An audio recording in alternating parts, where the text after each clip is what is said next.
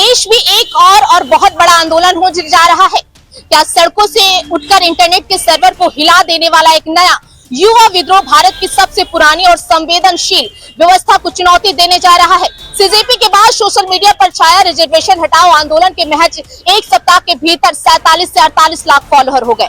Report के मुताबिक इस पेज को वेदांश नाम के एक यूजर ने क्रिएट किया और पोर्टफोलियो और नाम के का जो व्यक्ति है वो स्टॉक मार्केटिंग सिखाता है। और अब जिस तरीके से दिल्ली के जंतर मंतर में एक बार फिर से विरोध प्रदर्शन शुरू हो गया है रिजर्वेशन हटाओ का, क्या वाकई में रिजर्वेशन हटाना चाहिए या फिर नहीं? क्योंकि जिस तरीके से सरकार जो है वो कह रही है कि रिजर्वेशन नहीं हटाया जाएगा, लेकिन ये जो मुहिम है एक बार फिर से छिड़ी है। अब इसको लेकर के पूरा विवाद जो है वो गर्माता जा रहा है और सड़कों पर अविरोध प्रदर्शन जो है वो शुरू हो गया। तो चलिए इस खास रिपोर्ट में आपको हम बताते हैं कि आखिरकार रिजर्वेशन है क्या, कब से शुरू हुआ, कितने प्रतिशत लोगों को आरक्षण जो है वो मिलता है। पूरी रिपोर्ट में इसे हम जानकारी के तौर पर आपको समझाते हैं।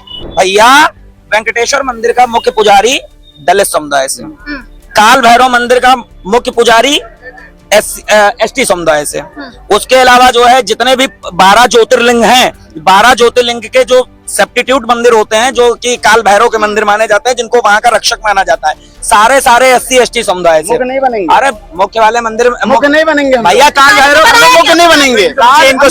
आपको शुद्धि मंत्र आता है? अरे काल भैरव आप बनाओ ना। बिल्कुल, जो काबिल है उसको बनाए। नहीं आता है, हमको नहीं आता है। अरे सुनो, काबिल बनो। हमको नहीं आता है मंत्री मंत्र, सुन लो, हमको मंत्र नहीं आता है, लेकिन हमारे जो दलित भाई हैं बहुत हैं, वो तुमसे ज्यादा आता है, तुमसे बड़ी चोटी है उनकी, तुमसे। अरे यार चोटी रखने से क्या हो जाएगा? क्या देश में एक और नया और बहुत बड़ा आंदोलन होने जा रहा है? क्या सड़कों से उठकर इंटरनेट के सर्वर को हिला देने वाला एक नया युवा विद्रोह भारत की सबसे पुरानी और संवेदनशील व्यवस्था को चुनौती दे रहा है? सीजेपी के बाद सोशल मीडिया पर छाया रिजर्वेशन हटाओ आंदोलन के 5 दिनों के भीतर ही 46 लाख फॉलोअर हो गए। रिपोर्ट्स के मुताबिक इस पेज को वेदांश त्यागी नाम के एक यूजर ने क्रिएट किया। वेदांश पोर्टफोलियो मैनेजर हैं और स्टॉक मार्केट में निवेश के तरीके बताते हैं। लेकिन उसके पहले आरक्षण को लेकर कुछ पुराने वीडियो तमाम नेताओं के सोशल मीडिया पर अब वायरल हो रहे हैं। अब सुनिए और तय कीजिए कि क्या इस विषय पर कोई भी पार्टी, किसी भी कालखंड का नेता कुछ सकारात्मक करता है या फिर दिखाना चाहता है। पहले सुनिए। और अगर आर्थिक आधार पर रिजर्वेशन करना है तो फिर सबके लिए कर दीजिए, उसमें फिर सवर्ण भी आना चाहिए। गरीब ब्राह्मण ने क्या बिगाड़ा है? लेकिन हम तो गरीब ब्राह्मण की बात नहीं करते।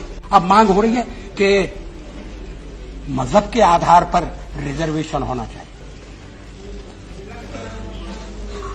ये तो संविधान के निर्माताओं ने नहीं सोचा था। रिजर्वेशन केवल दलितों को दिया गया। मैंने सारी कॉन्स्टिट्यूएंट असेंबली की बहस पढ़ी है। हमारे सिख बंधुओं के संबंध में एक अपवाद किया गया था और उस समय के हमारे राष्ट्रीय नेताओं ने कहा था कि ये अपवाद जरूरी है।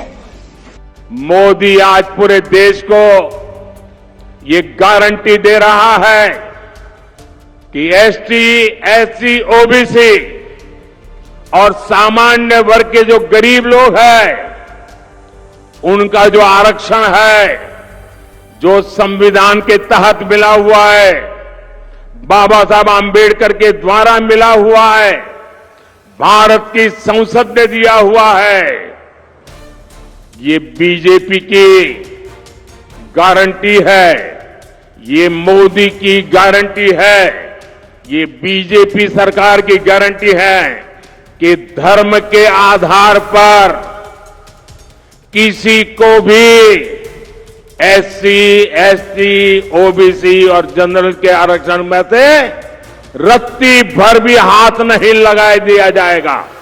कान खोलकर सुन लो, भारतीय जनता पार्टी कभी रिजर्वेशन को हटाने वाली नहीं है। इतना नहीं, आप हटाना चाहोगे तो आपको भारतीय जनता पार्टी हटाने भी नहीं देगी। ये कमिटमेंट। दरअसल वेदांश ने कथित तौर पर रिजर्वेशन हटाओ नाम की वेबसाइट बनाने की तैयारी शुरू कर दी। ऑनलाइन मेंबरशिप और डिजिटल नेटवर्किंग के जरिए वो लोगों को जोड़ने की तैयारी कर रहा है। इतना ही नहीं, कॉकरोच जनता पार्टी की तरह जंतर मंतर पर बड़ा प्रदर्शन करने की प्लानिंग भी कर रहा है।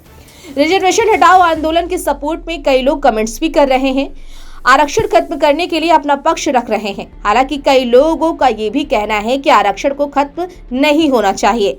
भारत में आरक्षण के नियम क्या हैं? संविधान में आरक्षण पर क्या कहा गया है? सुप्रीम कोर्ट ने क्या तर्क दिया है? क्या इसे हटाया जा सकता है?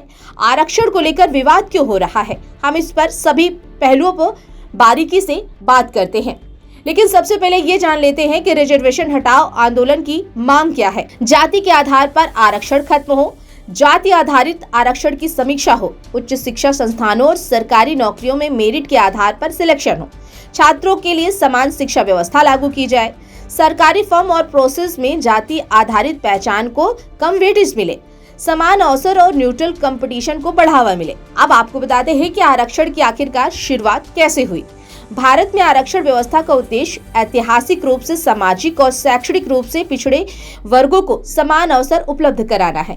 औपनिवेशिक काल में कोल्हापुर के राजा साहू महाराज ने गैर ब्राह्मणों और पिछड़ों के लिए आरक्षण की शुरुआत की थी। संविधान लागू होने के बाद अनुसूचित जनजाति के लिए सरकारी नौकरियों, शिक्षा और राजनीति के प्रतिनिधित्व में विशेष प्रावधान किए गए। साल 1990 में वीपी सिंह सरकार द्वारा मंडल आयोग की सिफारिशों के आधार पर ओबीसी के लिए 27% आरक्षण लागू किया गया।